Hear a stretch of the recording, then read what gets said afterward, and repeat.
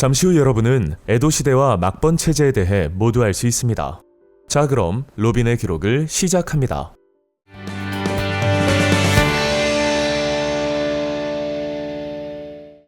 에도 시대의 일본은 막부와 번으로 구성된 막번 체제를 통해 전국을 통치하였습니다.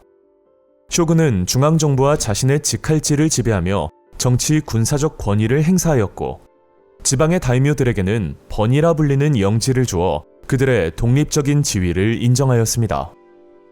막부는 엄격한 법규인 산킨코타이 제도를 통해 다이묘를 강력하게 통제하는 한편, 천황을 정치에서 배제하여 막부의 통제력을 강화하였습니다.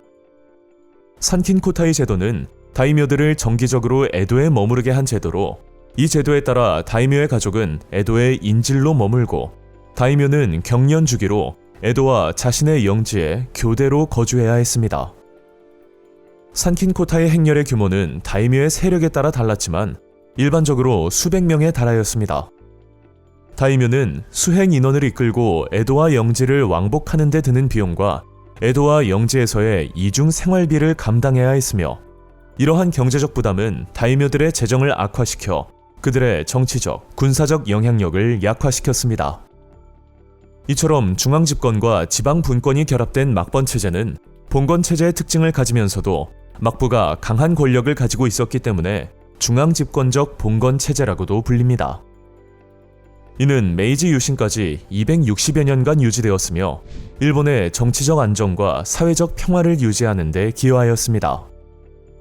에도 시대에는 병농 분리를 통해 사회적 계층과 역할이 엄격히 구분되었습니다. 병농 분리는 도요토미 히데요시가 시행한 전국적인 토지 조사와 무기 몰수를 통해 무사, 농민, 존인의 신분을 고정한 정책이었습니다. 이 정책은 이들의 거주 공간을 명확히 구분하였을 뿐만 아니라 직업과 신분 이동도 금지하였습니다.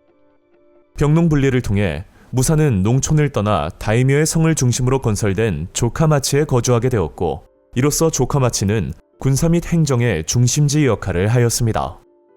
상인과 수공업자는 무사의 일상생활과 군사적 필요를 충족시키는 물품을 제작하기 위해 조카마치에 모여 살며 존인층을 형성하였고, 무사와의 관계를 통해 상업과 수공업을 발전시키며 경제 발전에 기여하였습니다. 16세기 경부터 포르투갈과 에스파냐 등 서양 상인들이 동아시아로 진출하면서 일본 상인들의 해외 진출도 활발해졌습니다. 에도 막부는 해외로 나가는 상인들에게 슈인장이라는 무역 허가증을 발급하여 교역의 공신력을 높이고 통제를 강화하고자 하였습니다. 슈인장은 특정 상인이나 배에 발급되었으며, 이를 소지한 상인들은 막부의 보호 아래 안전하게 해외 무역을 할 수 있었습니다.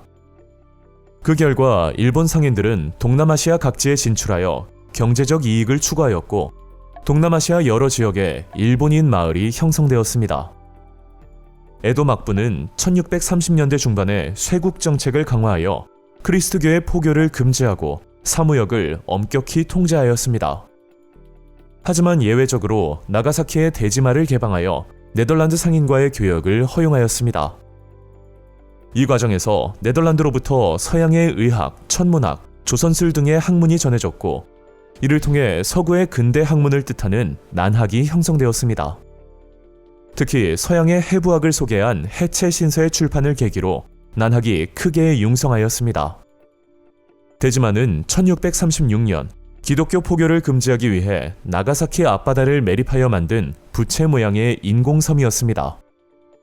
초기에는 포르투갈인들이 격리되어 거주하였지만 1641년 네덜란드인들을 이주시키면서 약 200년간 일본과 네덜란드 간의 무역기지로 활용되었습니다.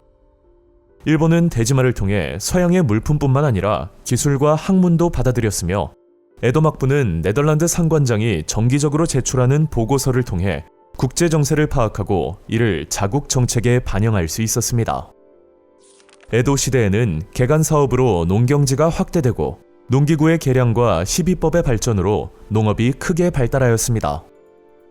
이로 인해 농업 생산력이 증대되어 각 지역에서 쌀뿐만 아니라 차, 목화, 염료 등 다양한 상품 작물이 재배되었습니다. 또한 막번 체제의 정비와 함께 전국의 도로망이 정비되면서 물자의 유통이 원활해졌습니다. 이를 통해 상공업이 발전하였고 여러 지역에 도시가 발달하였으며 도시의 상공업자들은 가부나 카마라 불리는 동업조합을 조직하여 자신들의 이익을 도모하였습니다. 이러한 경제적 발전에 힘입어 중산층으로 성장한 조니는 여가를 즐기기 시작하였고 그 결과 가부키, 우키요에 등 특유의 조닌 문화가 발달하였습니다. 가부키는 에도 시대 조닌 계층에게 큰 인기를 얻었던 연극으로 노래, 춤, 기예가 어우러진 종합 예술이며 남성이 여성 역할을 맡았습니다. 우키요에는 에도 시대 서민층을 중심으로 유행한 풍속화로 다색 목판화로 제작되었습니다. 에도 막부 시대에는 상하의 신분 질서와 예절을 중시하는 성리학이 체제 유지를 위한 관학으로 채택되었지만 성리학의 경직성을 비판하며 개인의 내면적 성찰과 도덕적 행동을 강조한 양명학 역시 성행하였습니다. 18세기 후반, 일부 학자들은 고전과 고대사를 연구하며 외래 사상에 물들지 않은 고대 일본의 정신을 추구하는 국학운동을 일으켰습니다. 국학자들 중 일부는 일본 고유의 전통과 신화를 연구하며 신도와 천황의 존엄성을 강조하였고 이는 막부 체제에 대한 비판과 반발로 이어졌습니다. 이러한 사상적 기반은 후에 막부를 타도하고 천황 중심의 정치 체제를 회복하려는 존왕 양위 운동에 큰 영향을 미쳤습니다. 이후 일본의 역사는 어떻게 흘러갈까요? 일본의 개국과 메이지 유신 편에서 아주 자세히 알려드리겠습니다. 로빈의 역사 기록.